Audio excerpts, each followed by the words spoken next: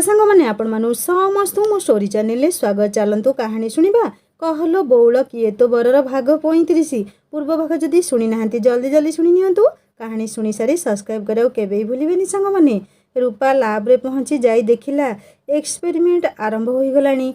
आज आकाशर बापा राधाकांत सार प्रैक्टिकल नेउथिले। सार आजिकाली कहीं खूब निजर लागंती ताकू। से खूब लाजेई होई ठिया हला सेठी। कौठी ना कौठी किछि किछि अदेखा संपर्क ताकू विवश करुछि मुहरे लाज आनिबाकू। सार रूपा को देखी पचारे, अरे रूपा स्पेसिमेन नियो बहुत लेट रे आसिल पुणी छिड़ा कौन पाई होइछ? हाँ आज आउ काली ट्यूशन पाई तुमको घर को आसवाकू पड़िबो। कॉलेज रे समय हेबनी पढ़ेइबा पाई। ठीक अछि सार आसीजिबी घर को। रूपा प्रैक्टिकल थियोरी सबू क्लास सारी घर को जल्दी जल्दी फेरुछि। खाई सारी संगे संगे सार को घर को जीवाकू पड़िबो भाभी भाभी बाहर को बाहरुची। पुणी आगरे रास्ता रोकी ठिया होइछि शंभू। रूपा ताकू अणदेखा करी चली जीवाकू बाहरिला बेलकू शंभू कहला, रूपा आई लव यू। रूपा एमिति एई कथा रास्ता मझिरे शंभू मुहरु शुणी कौन कहिबो प्रथमे बुझी पारु नथला। से भाबुथला एबे जदि से नीरव होई चली जाए ताहले शंभू हुए तो ता नीरवता को तार हाँ बोली भाभी नहीं पारे। आउ हाँ पुणी याकू क्रोधरे फँ फँ होई कहला, निज मुह आईना देखिचु केबे? मते भल पाइबु पुणी तू? एई अभद्रामी कथा जदि मो जेजे जानिबे तोर अवस्था कौन हेबो जानिछु तो? सीधा तुम्हेरु तू बोली संबोधन करुछ मते। रूपा भल पाइबा कौन पाप? मु पुणी तोते भल पाइबी? को दुनिया रे एबे अछु तू? आउ तुमे तू शुणिबार योग्यतार कर्म मनीष खुद निजे अर्जन करे मूर्ख। ओ रास्ता रे आउ केबे आसीबाकू चेष्टा भी करिबुनी। रूपा खूब क्षिप्र गति सेठू बाहरी गला। एते असभ्य एई शंभू केमिति हैला केजाणी? एते परिवर्तन पुणी मनीष चरित्र रे होई पारे भाबिले खूब आश्चर्य लागुछि। हवेली गले शंभू वृंदा आउ अन्य मानक सह पिला बेले से केते खेलिछि, केते मधुर स्मृति एई मान सह जड़ित तार एबे भी अछि। हेले सबू मिठा स्मृति को एई शंभू विषाक्त करिदेला आजी। आउ शंभू पुणी ताकू भल पाइबो आउ बदल रे से ताकू? छी छी छी। रूपा भाबुछि ता सुनन बाबूक जागा पुणी से आउ काहाकू देई देबो? ए जन्म रे संभव नुह रे मूर्ख। केबे भी नुह, केबे नुह, केबे नुह। आज को 13 दिन हलाणी कटक गलेणी आकाश बाबू। ताकू गोटिए जुग परी लागुछि। शंभू उपरर सबू राग एबे से सुनन बाबूक ऊपर अजाड़ी देला। मिछुआ कोठिकार कौन कहले? बारीपदा आउ कटक केते दूर? जेबे मन करिबी आसीजिबी तुम पाखकू। रूपा हाँ बाबूंकर मन बा काहींकी करिबो आसीबाकू एठिकू। सेठी केते कौन अछि आउ एठी एई रूपा खाली। आजी की केबे फोन कले आउ से कथा भी हेबनी तांक सह। केते मिछ कहिबे एइथर देखई देब रूपा। भाबू भाबू केते बेले घर पाखरे रिक्शा पहुंची गलानी ताकू जणा नहीं। रिक्शा वालार कथारे तार ध्यान भंग होला। रिक्शा वाला कहिला, दीदी घर पहुंची गला उठ। रूपा दौड़िला घर भीतर को। ट्यूशन पाई पुणी जीवाकू पड़िबो एबे। रूम भीतरे पसी कपड़ा बदलैबो ट्यूशन पाई। अचानक फोन रिंग हैला तार। ए समय आकाश बाबू तो केबे भी फोन करिवे नहीं। हेले तांकर किछि असुविधा होइनी तो? क्लास सारी सोईथिबा आभा को अनेइला रूपा। हाँ रातिरे तो झियो जासूसी करिबो आउ दिन रे केमिति सोईछि जेमिति होश नहीं यार। रूपा फोन उठेला। कौन सांग एते समय लगेइल फोन उठेइबा पाई? खूब अभिमान भरा स्वर रे कहला वृंदा। आजी कॉलेज रे शंभूर अभद्रामी कथा मने पड़िबा क्षणी रूपार मन भी वृंदा प्रति असहिंसु होई उठिला। पुणी भाबिला एथिरे वृंदार बा दोष कौन? बिचारी सबु कामरे तार बिना प्रश्न रे बिना शर्त रे से ताकू साहाय्य करी आसीछि आजी जाए। वृंदा साहाय्य करी नथिले से कौन मानस पिउसा पाखरे पहुंची पारि थांता? आउ शंभूर दोष पाई से वृंदा उपरे काहींकी रागिबो? अरे वृंदा एते दिन रे मो कथा मने पड़िला तमर? हाँ समस्ते तो भूली जाउछंती आउ तमे काहींकी मने रखिबो? लो माँ किए तमको भूली गला? रूपा एई प्रश्न रे मुरुकी हसी देई कहला, जाहार आखि सुंदर। कौन कहिलो? जाहार आखि सुंदर माने? माने हेउछि सुनयन बाबू ना? माने तम डाक्तर बाबू। से कौन मिलीगले तमको सेठी? रूपा एथर खूब खुशी आउ लाज लाज होई कहला, हाँ। वृंदा पचारला, ए माँ ए सबू केबे केमिति हैला सांग?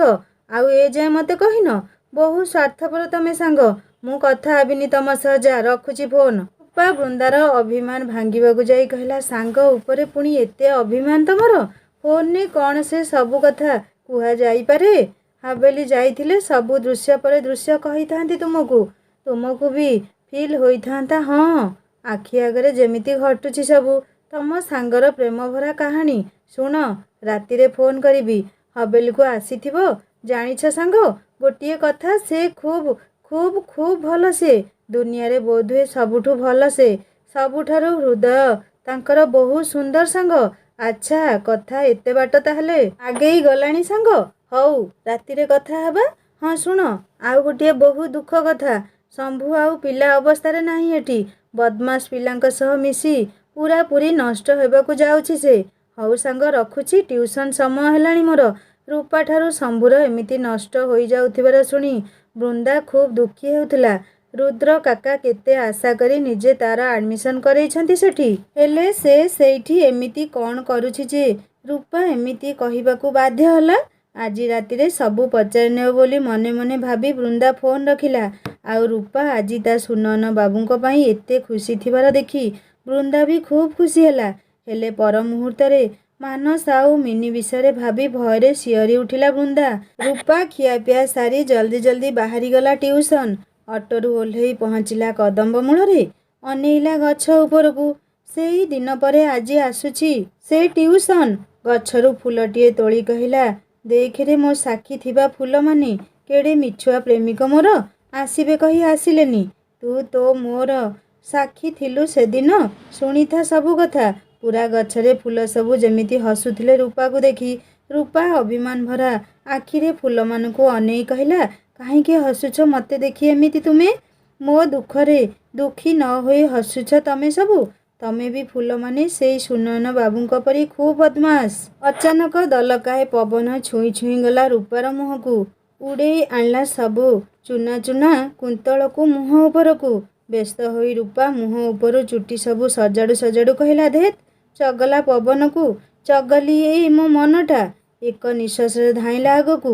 ହେଲେ ଆଜି ଭୟରେ ନୁହଁ, ଖୁବ୍ ଲାଜରେ। ଆଜି ଅବଦୁଲ ଚାଚାର କବର ଆଡ଼କୁ ବି ରୂପା ଥରେ ଅନେଇ ମନେ ମନେ କହୁଥିଲା, ତମକୁ ପରା ସାକ୍ଷୀ ରଖିଥିଲେ ଆମ ସୁନୟନ ବାବୁ। ଏବେ ଦେଖ କେତେ ମିଛ କହୁଥିଲେ ସେ ମୋତେ। ରୂପା ପହଞ୍ଚିଲା ସାର୍ଙ୍କ ଘରେ। ଆଜି କାହିଁକି ଖୁବ୍ ନୂଆ ନୂଆ ଲାଗୁଥିଲା ଆଉ ଆପଣାର ଲାଗୁଥିଲା ତାଙ୍କ ଘର। ପଢ଼ା ସାରି ବାହାରିଲା ଘରକୁ ଆସିବା ପାଇଁ। ଆଜି ଆଉ ପଛକୁ ବା କାହିଁକି ଅନେଇ ଦେଖିବ? ଯାହା ଆଶାରେ ସେ ବାର ବାର ପଛକୁ ଅନେଇ ଆସିଲେ କି ନାହିଁ ଦେଖିବାକୁ ଚେଷ୍ଟା କରେ, ସେ ତ ନାହାନ୍ତି। ରୂପା ଖୁବ୍ ଜଲ୍ଦି ଜଲ୍ଦି କବରସ୍ଥାନ ପାର ହେଇ ପୁଣି ଥରେ ଆରମୁଣ୍ଡରେ ଥିବା କଦମ୍ବ ଗଛ ପାଖରେ ପହଞ୍ଚିଲା। ପୁଣି ଥରେ ଖୁବ୍ ତେଜ ପବନର ଗତି ତା ମୁହଁରେ ବିଛେଇ ଦେଲା ଚୁନା ଚୁନା କୁନ୍ତଳ। ସେ ନିଜେ ସେଇ ବାଳ ସବୁ ସଜାଡ଼ିବା ପୂର୍ବରୁ ଖୁବ୍ ମଜବୁତ୍ ହାତ ଯୋଡ଼ିଏ ତା ମୁହଁରେ ପବନ ଦ୍ୱାରା ଅସ୍ତବ୍ୟସ୍ତ ବାଳ ସବୁକୁ ସଜାଡ଼ି ଦେଉଥିଲା ଖୁବ୍ ସ୍ନେହରେ। ଅତି ଆପଣାର ବାସ୍ନା, ଅତି ଆପଣାର ସ୍ପର୍ଶ ତାକୁ ବିଭୋର କରୁଥିଲା। ଦୁଇ ଆଖିରେ ଖୁସିର ଚମକ। ଅତି ଖୁସିରେ ଆଖିରୁ ଝରି ପଡ଼ୁଥିଲା ଅମୂଲ୍ୟ ମୋତି। ଏଇ ମୋ ସୁନା, ତମେ ମୋତେ ଦେଖି ଏମିତି ଲୁହ ଗଡ଼େଇବ ଜାଣିଥିଲେ ଜମା ଆସି ନଥାନ୍ତି। ରୂପା ଆକାଶବାବୁଙ୍କ ମୁହଁରେ ହାତ ରଖି କହିଲା, ବାସ୍ ବାସ୍ ବଦମାସ, ଆଉ ଆଗକୁ କୁହନି। ଆକାଶ ରୂପା ଆଖିରୁ ଝରି ପଡ଼ୁଥିବା ଲୁହତକ ପୋଛି ଦେଇ କହିଲେ, ମୋ ସୁନା, ମୋ କଥା କିଛି ମାନୁନି ଆଜିକାଲି ଆଉ। କେତେ କହିଲି ଏମିତି ଲୁହ ଗଡ଼େଇବନି ବୋଲି, ତଥାପି ବି ତମେ। ରୂପା ଆଖିରେ ଏଥର ଖୁସିର ଚମକ ଖେଳିଗଲା। ସତେ ଯେମିତି ହାତ ମୁଠାରେ ସ୍ୱର୍ଗ ସୁଖ ମିଳିଗଲା ତାକୁ ଆଜି। ଏବେ ସେ ଆକାଶବାବୁଙ୍କ ଉପସ୍ଥିତି ସ୍ୱପ୍ନରେ ବି କଳ୍ପନା କରିନଥିଲା। ଆଉ ଅଚାନକ ସେ ଆଜି ତା ଆଖି ଆଗରେ ବିଲକୁଲ ପାଖରେ। ସେ ଦୁଇ ହାତରେ ଆକାଶବାବୁଙ୍କ ଗାଲରେ ହାତ ରଖି ଖୁବ୍ ଖୁସିରେ କହିଲା, ତମେ ଆସିଛ? ବଦମାସ, ଆସୁଛ ବୋଲି କହିଥିଲେ କ'ଣ ହେଇଥାନ୍ତା? ଆକାଶବାବୁ ନିଜ ଗାଲରୁ ରୂପାର ଦୁଇ ହାତ ନିଜ ଦୁଇ ହାତ ମୁଠାରେ ରଖି କହିଲେ, ମୋ ସୁନା, ମୋ ଗେହ୍ଲି, ଆସି ନଥାନ୍ତି କେମିତି ଯେ? କହିଥିଲେ ଏମିତି ତମ ଆଖିର ଖୁସି କେମିତି ଦେଖିଥାନ୍ତି ମୁଁ? ତା ଛଡ଼ା ତମେ ଏଇ ଅବଦୁଲ ଚାଚାକୁ ଅଭିଯୋଗ କରୁଥିଲ ଆଉ ଏଇ କଦମ୍ବ ଫୁଲମାନଙ୍କୁ ବି। ଏଇ ଦେଖ ମୋ ସୁନୟନ ବାବୁ କେଡ଼େ ବଦମାସ। କହିଗଲେ କଟକ ଆଉ ବାରିପଦା କେତେ ଦୂର ଯେ ହେବ? ଯେବେ ମନ କହିଲେ ଆସିଯିବି। ଆଉ ଆଜିକୁ 13 ଦିନ ହେଲାଣି ଦେଖା ନାହିଁ। ବିଚାରା ଆମର ସାକ୍ଷୀମାନେ, ସେମାନେ କାହିଁକି ମୋ ପାଇଁ କଥା ଶୁଣିବେ, ସେଇଥିପାଇଁ ଆସିଲି। ରୂପା ମୁହଁରେ ଅଭିମାନ ବାଦଲ ଛାଇ ହୋଇଗଲା। ସେ ଅଭିମାନୀ ରାଧାଟିଏ ସାଜି କହିଲା, ଆଚ୍ଛା, ତମେ ତାହେଲେ କବରରେ ଶୋଉଥିବା ଅବଦୁଲ ଚାଚା ଆଉ ଏଇ ଗଛରେ ଫୁଟିଥିବା ଫୁଲମାନଙ୍କ ପାଇଁ ଆସିଛ। ମୁଁ କ'ଣ ପାଇଁ ତାହେଲେ ରହିବି ଏଇଠି? ମୁଁ ଯାଉଛି ତାହେଲେ ଏଠୁ ଆଉ। ରୂପା ମୁହଁ ବୁଲେଇ ପାଦ ବଢ଼େଇଲା ଆଗକୁ। ରୂପା, ଏ ରୂପା, ସତରେ ମୋତେ ଏଇଠି ଏକୁଟିଆ ଛାଡ଼ି ଚାଲି ଯାଉଛ? ତୁମେ କେତେ ହୃଦୟହୀନ ରୂପା। ରୂପା ସେପଟକୁ ମୁହଁ ବୁଲେଇ ଏବେ ହସିବାରେ ଲାଗିଛି। ଆଉ ମନେ ମନେ କହୁଛି, ତମକୁ କେମିତି ଛାଡ଼ି ଚାଲିଯିବି ଯେ? 13 ଦିନ ହେଲା ତମେ ନଥିଲ। ଏ ବାରିପଦା ଯେମିତି ଶୂନ୍ୟ ମରୁଭୂମି ପରି ଲାଗୁଥିଲା। ଆଉ ଆଜି ତୁମ ଆସିବାର ଖବର ପାଇ ବସନ୍ତ ଯେମିତି ଲକ୍ଷେ ବସନ୍ତ ଏକା ସହିତ ଏଇ ବାରିପଦାରେ ଡେରା ଜମେଇଛନ୍ତି। ଆଉ ତମେ କୋଉ ମିଛ କହିଲ କି? ସତରେ ମୁଁ ତ ଅଭିଯୋଗ କରୁଥିଲି ଏବେ ଏବେ ଅବଦୁଲ ଚାଚାଙ୍କୁ ଆଉ ଏଇ କଦମ୍ବ ଫୁଲମାନଙ୍କୁ। ସତରେ ତମେ ମୋତେ କେତେ ଭଲରେ ଜାଣିଛ। ରୂପା ପଛରୁ ହାତଟି ଧରି ପକେଇ ଖୁବ୍ ବିକଳରେ ଡାକୁଥିଲେ ଆକାଶ ବାବୁ, ଏଇ ମୋ ସୁନା, ମୋ ଧନ। ରୂପା ଆଉ ହସ ସମ୍ଭାଳି ପାରିଲାନି। ଓଠରେ ଖୁବ୍ ମନମତାଣିଆ ହସ ଧାରେ ଖେଳେଇ ବୁଲି ପଡ଼ିଲା। ରୂପା ଓଠର ହସ ଆକାଶବାବୁଙ୍କ ସମଗ୍ର ସତ୍ତାକୁ ଅପୂର୍ବ ମାଦକତାରେ ଭରି ଦେଉଥିଲା। ସେ ଅନେଇ ରହିଥିଲେ ଏକଲୟରେ ରୂପାର ମୁହଁକୁ, ଆଉ ହଜି ଯାଉଥିଲେ ସେଇ ମନ ଭୁଲାଣିଆ ହସ ଭିତରେ। ସେମିତି ହସୁ ହସୁ ରୂପା ପଚାରିଲା, ତମର ପୁଣି କ'ଣ ହେଲା? ଆକାଶବାବୁ ନୀରବ ହୋଇଗଲେ। ରୂପା ଆକାଶବାବୁଙ୍କ ଏଇ ସ୍ୱଳ୍ପ ସମୟର ନୀରବତାକୁ ବୁଝିପାରିଲା। ସେ ଟିକିଏ ମୁହଁ ଶୁଖେଇ କହିଲା, ଆହା, ମୋ ସୁନୟନ ବାବୁଙ୍କ ମନରେ କେତେ କଷ୍ଟ ଦେଇଦେଲି। ମୁଁ ବୋଧହୁଏ ଖୁବ୍ ନିଷ୍ଠୁର ଝିଅଟିଏ। ଆଉ କେବେ କହିବିନି ଚାଲିଯିବା କଥା। ହେଲା ବାବା, ଆଉ କହିବିନି କେବେ। ଏଇ ଦେଖ, କାନ ଧରୁଛି ଦେଖ ମୋତେ। ରୂପା ନିଜ କାନ ଧରି କହିଲା। ଆକାଶବାବୁ ରୂପାର କାନରୁ ହାତ ହଟେଇ ନିଜ ହାତରେ ଧରି କହିଲେ, ସମ୍ପୂର୍ଣ୍ଣ ମିଛ କଥା। ମୋ ସୁନା କେବେ ବି ନିଷ୍ଠୁର ନୁହଁ। ମୋ ସୁନା ହୃଦୟରେ ତ 7 ସାଗରର ମମତା ନୀର ଭରି ରହିଛି। ସବୁବେଳେ ଝରି ଚାଲିଛି ସେଇ ପ୍ରୀତିର ନୀର। ହଁ, ବଦମାସ ତ ମୋ ସୁନାର ସୁନୟନ ବାବୁ। କ'ଣ ରୂପା, ଠିକ୍ କହିଲି ନା? ରୂପା ଖୁବ୍ ନିରୀହ ଚାହାଣୀରେ ଚାହିଁ ଚୁପ୍ ରହିଲା। ଆକାଶବାବୁ ରୂପାକୁ ଅନେଇ କହିଲେ, ଏଇ ରୂପା, ମୋ ସହ କଥା କୁହ। ଏମିତି ଏତେ ବାଟରୁ ଧାଇଁ ଆସିଥିଲି କ'ଣ ତୁମର ଏଇ ଉଦାସ ନୀରବ ମୁହଁ ଦେଖି ଫେରିବା ପାଇଁ? କ'ଣ ହେଲା ତମର? ରୂପା ଜାଣି ସାରିଥିଲା ତାର ଏଇ ବାଲ୍ୟ ସୁଲଭ ଚପଳ ବ୍ୟବହାର ଆକାଶବାବୁଙ୍କୁ କଷ୍ଟ ତ ଦେଇ ସାରିଲାଣି। ଆହା, ଏତେ ଦୂରରୁ କେବଳ ତାର 2 ପଦ କଥା ଶୁଣିବାକୁ ତ ଆସିଛନ୍ତି ସେ। ଆଉ ଏଇ ଟ୍ୟୁସନ୍ ସାରି ଅଧଘଣ୍ଟା ସମୟ ତ ସେ ତାଙ୍କ ସହ ବିତେଇ ପାରିବ। ତାପରେ ଆଉ ଟିକେ ଡେରି ହେଲେ ଘରେ ପୁଣି କେତେ ପ୍ରଶ୍ନର ସମ୍ମୁଖୀନ ହେବାକୁ ପଡ଼ିବ ତାକୁ। ସେ ତେଣୁ ଓଠରେ 2 ଧାର ତାଜା ହସ ଖେଳେଇ ଆଣି 2 ହାତ ପାପୁଲି ଆକାଶବାବୁଙ୍କ ଗାଲରେ ଜାକି ଧରି କହିଲା, ତମର ଏଇ ସୁନା ଟିକିଏ ଖାଲି ଦୁଷ୍ଟ। ଟିକିଏ ମଜା କରିବାକୁ, ଦୁଷ୍ଟାମି କରିବାକୁ ଭଲ ପାଏ ସେ। ହଁ ଜାଣିଛି, ମୋ ସୁନା ମଜା କରିବାକୁ ଭଲ ପାଏ, ଦୁଷ୍ଟାମି କରିବାକୁ ଭଲ ପାଏ। ହେଲେ ମୋତେ? ରୂପା ଗାଲରୁ ହାତ ଉଠେଇ ଆକାଶବାବୁଙ୍କ ମୁହଁରେ ପାପୁଲି ରଖି ଆଗକୁ କହିବାକୁ ଦେଲାନି ଆଉ। କାହିଁକି ଅଟକାଉଛ ମୋତେ? ଚିଠିରେ ତ ଲେଖିଲ ସୁନୟନ ବାବୁ ବଦମାସ ବୋଲି। ଠିକ୍ ଅଛି, ମାନିନେଲି ମୁଁ ବଦମାସ। ହେଲେ ତମେ ଯୋଉ ଡ୍ୟାସ୍ ରଖି ଛାଡ଼ିଦେଲ, ଆଉ ମୁଁ କଟକରୁ ବାରିପଦା ଆସିଲେ କହିବ ବୋଲି କହିଥିଲ, ସେ ବିଷୟରେ କୁହ ଏବେ ମୋତେ। ରୂପା ମହା ଅଡ଼ୁଆରେ ପଡ଼ିଲା ତ ଏବେ। ଲେଖିତ ଥିଲା ସେ ଆସିଲେ କହିବ ବୋଲି। ଏବେ କ'ଣ କହିବ ଭାବୁ ଭାବୁ ଆଉ ଝଲକାଏ ପବନ ଛୁଇଁଗଲା ଦୁହିଁଙ୍କୁ। ଗଛ ଉପରୁ ଝରି ପଡ଼ିଲା କଦମ୍ବ ଫୁଲ ଦୁହିଁଙ୍କ ଉପରେ। ଆକାଶବାବୁ କହିଲେ, ଦେଖ, ଆମ ପ୍ରୀତିର କଦମ୍ବ ଝରି ପଡ଼ୁଛି ଖୁବ୍ ଆନନ୍ଦରେ। ମୁଁ ବି ଅଭିଯୋଗ କରିବି ଏଇ କଦମ୍ବମାନଙ୍କୁ। ଦେଖ ଦେଖ, ମୋ ସୁନା କଥା ଦେଇ କଥା ରଖୁନି। କଟକରୁ ଆସିଲେ କହିବ କହି ଏବେ କିଛି ବି ମୋତେ କହୁନି। ରୂପା ବିଚାରୀ ଆଜି ମୁସ୍କିଲରେ ପଡ଼ିଲା। ସେ କଥା ବୁଲେଇବାକୁ ଯାଇ କହିଲା, ଏଇ, ତମେ କେମିତି ଜାଣିଲ ମୁଁ ତମ ନାମରେ ଅଭିଯୋଗ କରୁଥିଲି ବୋଲି? ତମକୁ କ'ଣ ଆଉ କିଏ ମୋ ଠାରୁ ଅଧିକ ଜାଣିଛି ବୋଲି ଭାବୁଛ? ସେ କଥା ଛାଡ଼, ତମେ ଯାହା ଲେଖିଥିଲ ଚିଠିରେ ଏବେ ସେଇ କଥା କୁହ। ଶୂନ୍ୟ ସ୍ଥାନରେ ଯାହା ନ ଲେଖି ଛାଡ଼ି ଦେଇଥିଲ ସେଇ ପଦକ କୁହ ରୂପା। ଆକାଶବାବୁଙ୍କ ନିରୀହପଣ ଆଉ ସେଇ ପଦକ ଶୁଣିବାର ଅନୁନୟ ରୂପାକୁ ଖୁବ୍ ଭଲ ଲାଗୁଥିଲା। ସେ ଖୁବ୍ ଖୁସିରେ ଲାଜୁଆ ହସ ସହ କହିଲା, କାଲି ନିଶ୍ଚୟ କହିଦେବି ତୁମକୁ। ପକ୍କା? ହଁ ପକ୍କା। ସୁନା, ରାତିରେ ଫୋନ୍ କରିବି, ଉଠେଇବ। ଆଉ ଏବେ ଚାଲ, ଛାଡ଼ିଦେବି ଘର ପାଖରେ ତୁମକୁ। ବାଇକ୍ କାହିଁ? ସେଇଠି ଗଛ ଉହାଡ଼ରେ ରଖିଛି ପରା। ନହେଲେ ତମକୁ ସରପ୍ରାଇଜ୍ କେମିତି ଦେଇଥାନ୍ତି କହିଲ? ରୂପାକୁ ଆକାଶବାବୁ ତାଙ୍କ ଘରଠାରୁ ଟିକିଏ ଦୂରରେ ଛାଡ଼ି ଦେଇ କହିଲେ, କାଲି ତମ ପାଇଁ ଗୋଟିଏ ସରପ୍ରାଇଜ୍ ଅଛି ରୂପା। ଏତିକି କହି ଖୁବ୍ ଶୀଘ୍ର ଗାଡ଼ି ଷ୍ଟାର୍ଟ କରି ସେଇଠାରୁ ସେ ଯିବାକୁ ଲାଗିଲେ। ରୂପା ଆଉ ପଚାରି ପାରିଲାନି କ'ଣ ସେ ସରପ୍ରାଇଜ୍ ବୋଲି। ବିଳମ୍ବିତ ରାତିର ପ୍ରହରକୁ ରୂପା ଅପେକ୍ଷା କରି ରହିଛି, କାରଣ ସେଇ ସମୟକୁ ଆକାଶ ବାବୁଙ୍କ ଫୋନ୍ ଆସିବ ନିଶ୍ଚୟ। ଆରେ ସେ ବୃନ୍ଦାକୁ ବି ରାତିରେ ଫୋନ୍ କରିବ ବୋଲି କହିଛି। ବିଚାରୀ ହବେଲି ଆସି ଅପେକ୍ଷା କରିବ। ଏଇସବୁ ଚିନ୍ତା ଭିତରେ ବି ରୂପା ଭାବୁଥିଲା କାଲି କ'ଣ ସରପ୍ରାଇଜ୍ ଦେବେ ସୁନୟନ ବାବୁ ତାକୁ। ସୁନୟନ ବାବୁଙ୍କ ଫୋନ୍କୁ ଅପେକ୍ଷା କରୁ କରୁ ଆଖିରେ ତା'ର କେତେବେଳେ ନିଦର ଗାଢ଼ ଆସ୍ତରଣ ଛାଇ ଯାଇଛି ସେ ନିଜେ ମଧ୍ୟ ଜାଣିପାରିନି। ରାତି ପ୍ରାୟ 12ଟା ହେବାକୁ ଯାଉଛି। ଆକାଶ ବାବୁ ରିଂ କଲେ ରୂପାର ଘର ନମ୍ବରରେ। 2-3 ଥର ରିଂ ହେବା ପରେ ଆଭା ଉଠିଯାଇ ଫୋନ୍ ଉଠେଇ କହିଲା, ନାନୀ ଶୋଇ ପଡ଼ିଲାଣି। ଆକାଶ ବାବୁ କ'ଣ କହିବେ ଚିନ୍ତା କରିପାରୁନଥିଲେ। ନାନୀର ଫୋନ୍ ବୋଲି ସାନ ଭଉଣୀ କେମିତି ଜାଣିଲା? ଆକାଶ ବାବୁ ସହଜ ହୋଇ ପଚାରିଲେ, ତମେ କିଏ କହୁଛ? ମୁଁ ଆଭା କହୁଛି। ରୂପା ନାନୀର ସାନ ଭଉଣୀ। ସେ ଖୁବ୍ ନିଦରେ ଶୋଇଛି, ଉଠେଇବି କି? ଆଜି ମୋ ସୁନା ବୋଧହୁଏ ଖୁବ୍ କ୍ଳାନ୍ତ ଅଛି, ସେଇ ଲାଗି ଶୋଇ ପଡ଼ିଛି ଭାବୁଥିଲେ ଆକାଶ ବାବୁ। ନାଇଁ ନାଇଁ ଆଭା, ନାନୀକୁ ଶୋଇବାକୁ ଦିଅ, ମୁଁ ଆଉ କେବେ କଥା ହୋଇଯିବି। ହଉ ଠିକ୍ ଅଛି, ଗୁଡ୍ ନାଇଟ୍। ଗୁଡ୍ ନାଇଟ୍ ଆଭା। ଆଭା ତା ରୂପା ନାନୀକୁ ଦେଖି ଭାବୁଥିଲା, ନାନୀ କଥା ବୋଧହୁଏ ବହୁତ ବାଟ ଆଗେଇ ଗଲାଣି।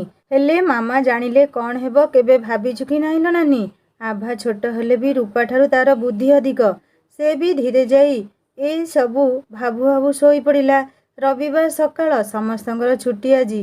ରୁଦ୍ରବାବୁଙ୍କ ଅଫିସ୍ ବି ଛୁଟି, ପିଲାଙ୍କ କଲେଜ ଛୁଟି। ତେଣୁ ସମସ୍ତେ ଟିକେ ଡେରିରେ ଉଠନ୍ତି। ମନ୍ଦିରରୁ ଭଜନ ଆରମ୍ଭ ନ ହେଉଣୁ ରୂପା ଉଠିପଡ଼ି ଫୋନ୍ ଆଡ଼କୁ ଅନେଇଲା। ଆରେ କେମିତିକା କାଳ ନିଦ୍ରା ଘାରିଲା ତାକୁ କେଜାଣି। ରାତିରେ ଫୋନ୍ କରିବେ କହିଥିଲେ ନିଶ୍ଚୟ ରିଂ କରିଥିବେ। ଆଭା ସେମିତି ଆଖି ବନ୍ଦ କରି ଗାଇବାକୁ ଆରମ୍ଭ କଲା, ଜିସ୍କେ ଆଗେ ଜି ଜିସ୍କେ ପିଛେ ଜି, ଓ ହେ ମେରି ଜିଜାଜି। ରୂପା ନିଶ୍ଚିତ ହୋଇଗଲା କାଲି ରାତିରେ କିଛି ଗୋଟେ ଘଟିଛି। ନହେଲେ ଆଭା ମୁହଁରେ ଏମିତି ଜିଜାଜି ଶବ୍ଦ କ'ଣ ପାଇଁ? ରୂପା ଖୁବ୍ ସ୍ନେହରେ ପଚାରିଲା, ଆଭା ଏ ଆଭା। ଆଭା ଜାଣିଲା ନାନୀ କ'ଣ ପଚାରିବାକୁ ଚାହୁଁଛି। ସେ ସେମିତି ଆଖି ବନ୍ଦ କରି କହିଲା, ବେଶୀ ଆଉ ଗେଲେଇ ହୋଇ ପଚାରିବା ଦରକାର ନାହିଁ ଲୋ। କାଲି ତୁ ଶୋଇଯାଇଥିଲୁ ତ? ସୁନୟନ ବାବୁଙ୍କ ଠାରୁ ଫୋନ୍ ଆସିଥିଲା। ମୁଁ କହିଲି ତୁ ନିଦରେ ଶୋଇ ପଡ଼ିଛୁ ବୋଲି। ମୋତେ ଡାକିଲୁନି କ'ଣ ପାଇଁ ଆଭା? ସେ ମନା କଲେ ପରା ତତେ ଡାକିବାକୁ। ରୂପା ନିଜର ନିଦ୍ରା ଆସିବା ଅଭ୍ୟାସକୁ ଗାଳି ଦେଉଥିଲା ମନେ ମନେ। ଦିନ ଯାଇ କେମିତି ଦ୍ୱିପହର ହେବ ସେଇ ଚିନ୍ତାରେ 100 ବାର କାନ୍ଥରେ ଟଙ୍ଗା ଯାଇଥିବା ଘଣ୍ଟାକୁ ରୂପା ଲୁଚେଇ ଲୁଚେଇ ଦେଖୁଥିଲା। 2:30ଟା ହେଉ ହେଉ ରୂପା ବାହାରି ପଡ଼ିଲା ଯିବା ପାଇଁ ସାର୍ଙ୍କ ଘରକୁ। ଆଜି ମନଟା ଖୁସିରେ ଉଛୁଳି ଉଠୁଛି ଯେମିତି। ଆଜି ପୁଣି କି ସରପ୍ରାଇଜ୍ ଅଛି କେଜାଣି ତା ପାଇଁ। କାଲି କହିଦେଇ ଯାଇଥିଲେ ହେଇନଥାନ୍ତା? ନା, ସରପ୍ରାଇଜ୍। ବଦମାସ୍। ସେ କ'ଣ ମିଛରେ କହେ ତାଙ୍କୁ? କଦମ୍ବ ମୂଳରେ ଛିଡ଼ା ହୋଇ ଅନେଇଲା ଚାରିଆଡ଼କୁ ରୂପା। ଧୁ ଧୁ ଦ୍ୱିପହରଟା ଆଜି ଖୁବ୍ ସୁନ୍ଦର ଲାଗୁଛି, ବିଲକୁଲ ମନଲୋଭା। କାହାକୁ ନିଜର ମନ ହୃଦୟ ଦେଇଦେବା ପରେ ଯେ ଦୁନିଆଟା ଏତେ ସୁନ୍ଦର ଲାଗେ, ଆଜି ପ୍ରଥମ ଥର ସେ ଅନୁଭବ କରୁଛି। ଏଇ କବରସ୍ଥାନ ଦିନେ ତାକୁ ସବୁଠୁ ଭୟଙ୍କର ସ୍ଥାନ ଲାଗୁଥିଲା, ଆଜି ଲାଗୁଛି ତା'ର ଗୋଟିଏ ପ୍ରିୟ ସ୍ଥାନ। କାହିଁକି ନା ଏଇଠି ତା'ର ସବୁଠୁ ପ୍ରିୟ ମଣିଷ ଜଣକ ସହ ତା'ର ଖୁବ୍ ମଧୁର ମୁହୂର୍ତ୍ତ ସବୁ ଗତ ହୁଏ। ଆଉ ଏଇ କଦମ୍ବ ଫୁଲ ଆଜି ତ ସ୍ୱର୍ଗର ନନ୍ଦନକାନନ ପାରିଜାତ ପରି ଲାଗୁଛି ତାକୁ। ସେ ମୁହଁରେ ହସ ଚେନାଇ ଖେଳେଇ ଆଗକୁ ଯିବାକୁ ବାହାରୁଛି। ପଛରୁ ଆକାଶ ବାବୁ ଡାକିଲେ, ସୁନା, ଏ ସୁନା। ରୂପା ଖୁବ୍ ଦ୍ୱନ୍ଦ୍ୱରେ ପଡ଼ିଲା। ଏଆଡ଼ୁ କୁଆଡ଼ୁ ଆସିଲେ ଏଇ ବେଳାରେ? ରୂପା ପଛକୁ ବୁଲି ଦେଖିଲା ସେ ଏକଲୟରେ ତା ମୁହଁକୁ ଅନେଇ ରହିଛନ୍ତି। କାଲି ରାତିରେ କ'ଣ ମୁଣ୍ଡ ପେନ୍ ହେଉଥିଲା ତମର? ରୂପା ବୁଝିପାରିଲା କାହିଁକି ସେ ଏଇ ପ୍ରଶ୍ନ ପଚାରୁଛନ୍ତି। ନା, କାଲି ମୁଣ୍ଡ ପେନ୍ ହୋଇନଥିଲା ଯେ, ନିଦ ଲାଗିଲା, କେତେବେଳେ ଶୋଇଗଲି ଜାଣିନି। ଏଇ ତମେ ଫୋନ୍ କରିଥିଲ? ଆଉ କହି କ'ଣ ଲାଭ? ରୂପା ମୁହଁ ଶୁଖେଇ ପକେଇଲା। ଆକାଶ ବାବୁ ଫେଁ ହସି ଦେଇ କହିଲେ, ଆରେ ମୋ ସୁନା ମୁହଁ ଶୁଖେଇଲେ ନା, ମୁଁ ଏଇଠି ସମସ୍ତେ ଦୁଃଖୀ ହୋଇଯାଆନ୍ତି। ଏଇ ଦେଖ ସେ ଫୁଲ ସବୁ କେମିତି ନିସ୍ତେଜ ଦିଶିବା ଆରମ୍ଭ କଲେଣି। ରୂପା ଆଗକୁ ପାଦ ବଢ଼େଇ ଚାଲିବା ଆରମ୍ଭ କଲା। ଏଇ ମଜାରେ କହିଲି ପରା, ଏତେ ଅଭିମାନ ପୁଣି ମୋ ଉପରେ ତୁମର? କିଛି ଅଭିମାନ ନାହିଁ। ତମେ ଏମିତି ଏକୁଟିଆ ଖରାବେଳେ ଏଇଠି କ'ଣ କରୁଛ? ଦ୍ୱିପହରେ ନିଦ ନାହିଁ କ'ଣ ତମ ଆଖିରେ? ସତ କହିଲ ମୋତେ। ନିଦ ହିଁ ନାହିଁ ମୋ ଆଖିରେ। ଯୋଉ ଦିନଠାରୁ ତା ଆଖିରେ ଆଖି ମିଶିଲା, ସବୁ ନିଦ ସେ ବାହାର କରିନେଇ ନିଜେ ଶୋଇପଡ଼ୁଛି ଆରାମରେ, ଆଉ ମୁଁ ଦ୍ୱିପହର, ରାତି ପାହାନ୍ତା ବିନିଦ୍ର ତାହାରି ଚିନ୍ତାରେ ବିତେଇ ଦେଉଛି। ରୂପା ରାଗି ଯାଇ ଆକାଶବାବୁଙ୍କ ମୁହଁକୁ ଅନେଇଲା। ସେ ହସି ଦେଇ କହିଲେ, ନାଇଁ ନାଇଁ, କଥା କ'ଣ କି, ଏମିତି ବିନିଦ୍ର ରାତିଗୁଡ଼ା ମୋତେ ଖୁବ୍ ଉପଭୋଗ୍ୟ ଲାଗେ। କାହିଁକି ନା ଖୋଲା ଆଖିରେ ମୁଁ ତାକୁ ସ୍ୱପ୍ନ ଦେଖେ, ଆଉ ସେଇ ମୁହୂର୍ତ୍ତ ସବୁ ନିଦଭରା ଆଖିର ସ୍ୱପ୍ନ ଠାରୁ ବହୁତ ବହୁତ ବହୁତ ସୁନ୍ଦର। ହଉ ହଉ, ହେଲା ବାବା ହେଲା। ତମେ ଆଖି ଖୋଲି ସ୍ୱପ୍ନ ଦେଖ କି ଗାଢ଼ ନିଦରେ ଦେଖ, ମୋର କ'ଣ ଯାଉଛି। ମୁଁ ଯାଉଛି ପଢ଼ିବା ପାଇଁ। ଆକାଶବାବୁ କବରସ୍ଥାନର ଆରମୁଣ୍ଡରେ ରୂପାର ହାତ ଧରି ପକାଇ କହିଲେ, ଶୀଘ୍ର ଆସିବ, ମୁଁ ଅପେକ୍ଷା କରିଛି ତମ ପାଇଁ। ରୂପା ମନ ଆଜି ଟିକେ ଚଞ୍ଚଳ ହେଉଛି।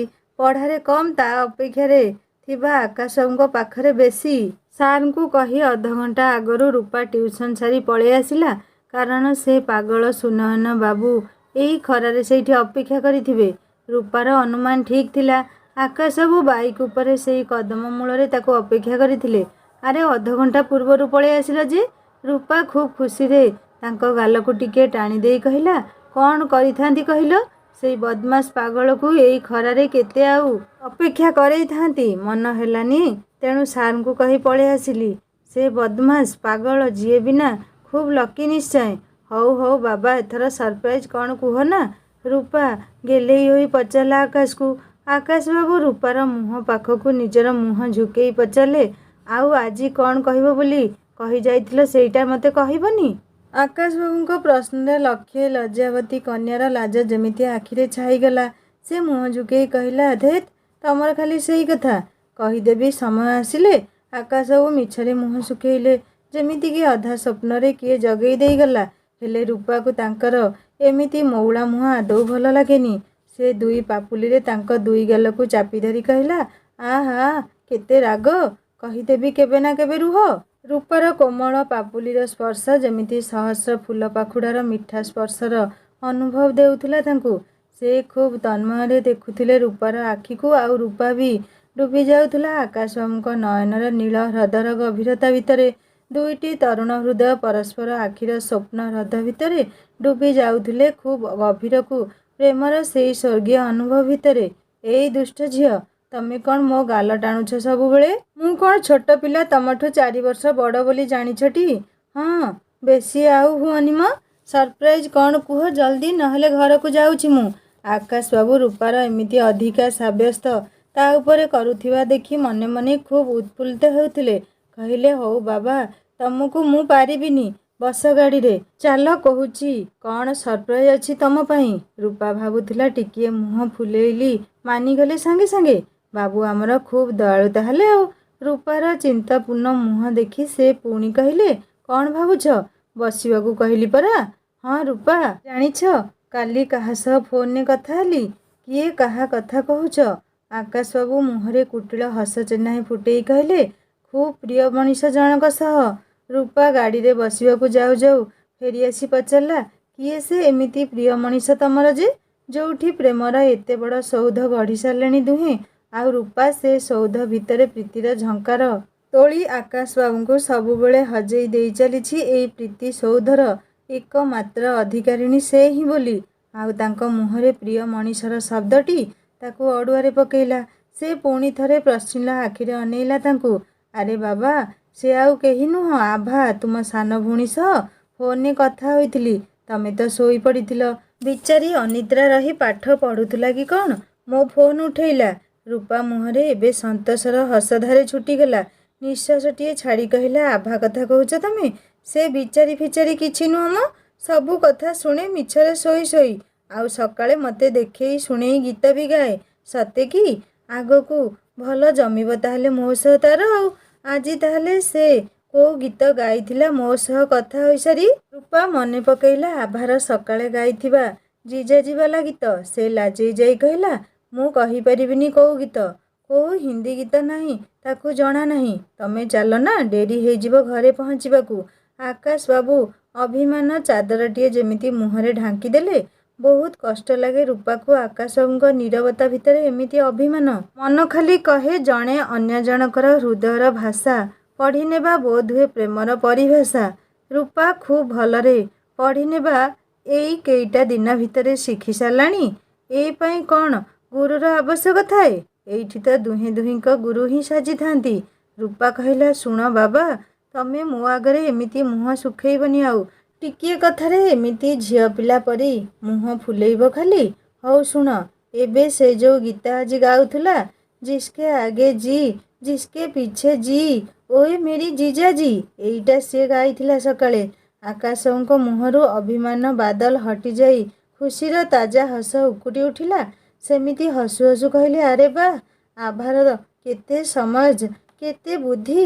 ଆଉ ତମେ ହୁଣ୍ଡିଟିଏ, କିଛି ବୁଝିବନି କି ବୁଝିବାକୁ ଚେଷ୍ଟା ବି କରିବନି। ଭଲ ଜମିବ ମୋର ତାସ ଆଉ। ଚାଲ ଜଲ୍ଦି, ଆଉ କଥା ମନେଇବା କଳାଟା ତମଠୁ ଶିଖିବାର ଅଛି।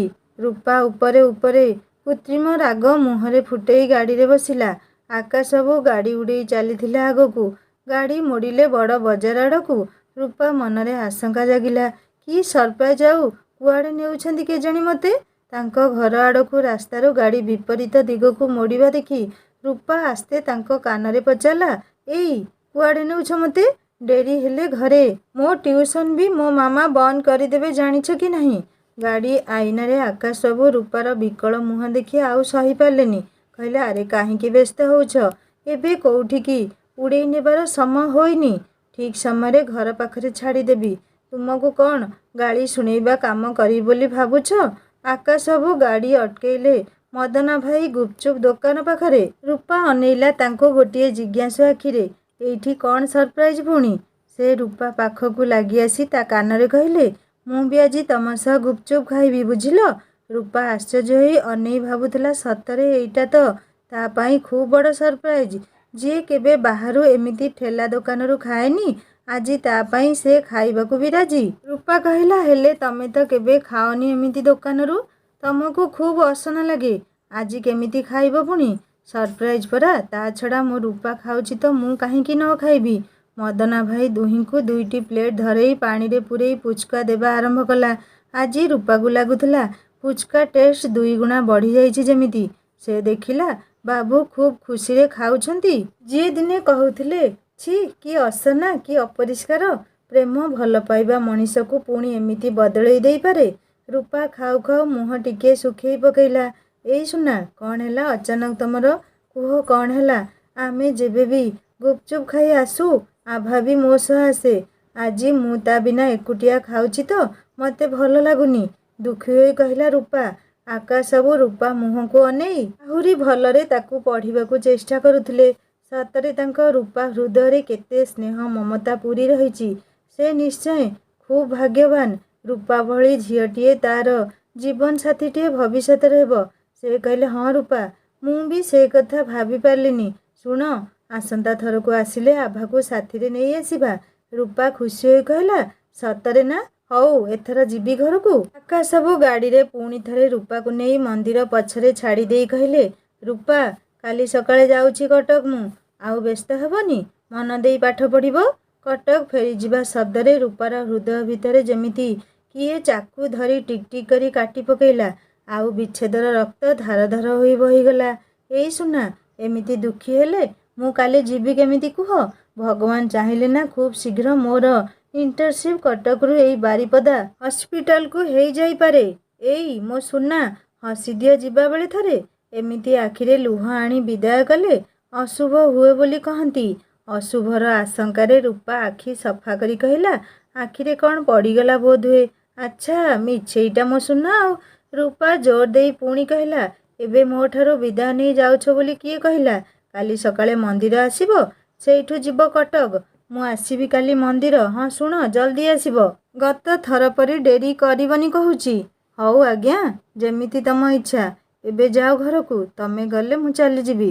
ରୂପା ତାଙ୍କ ମୁହଁକୁ ଅନେଇ ଖୁବ୍ ମିଠା ହସ ଚେନାଏ ଓଠରେ ଖେଳେଇ ଆଣି ଘର ମୁହାଁ ଯିବାକୁ ଲାଗିଲା।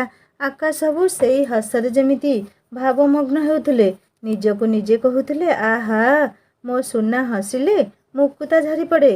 ରୂପା ବେଲ୍ ମାରି ଠିଆ ହେଲା, ହେଲେ କବାଟ ଖୋଲି ମୁରୁକି ହସି ଦୁଇ ହାତରେ ଜାବୁଡ଼ି ଧରି ଆଭା କହିଲା, ସାଙ୍ଗମାନେ। ଆଭା କ'ଣ କହିଲା ରୂପାକୁ ଶୁଣିବା ନେକ୍ସଟ ପାର୍ଟରେ। କାହାଣୀ କେମିତି ଲାଗିଲା ମୋତେ କମେଣ୍ଟ କରି ଜଣାଇବେ। ଆଉ ଯଦି ଭଲ ଲାଗିଥାଏ ଲାଇକ୍ କରିବେ, ହାଇପ୍ କରିବେ, ସାଙ୍ଗମାନଙ୍କ ସହିତ ସେୟାର କରିବେ, ସବସ୍କ୍ରାଇବ୍ କରି ବେଲ୍ ଆଇକନ୍ ନିଶ୍ଚୟ ଦବାଇ ଦେବେ।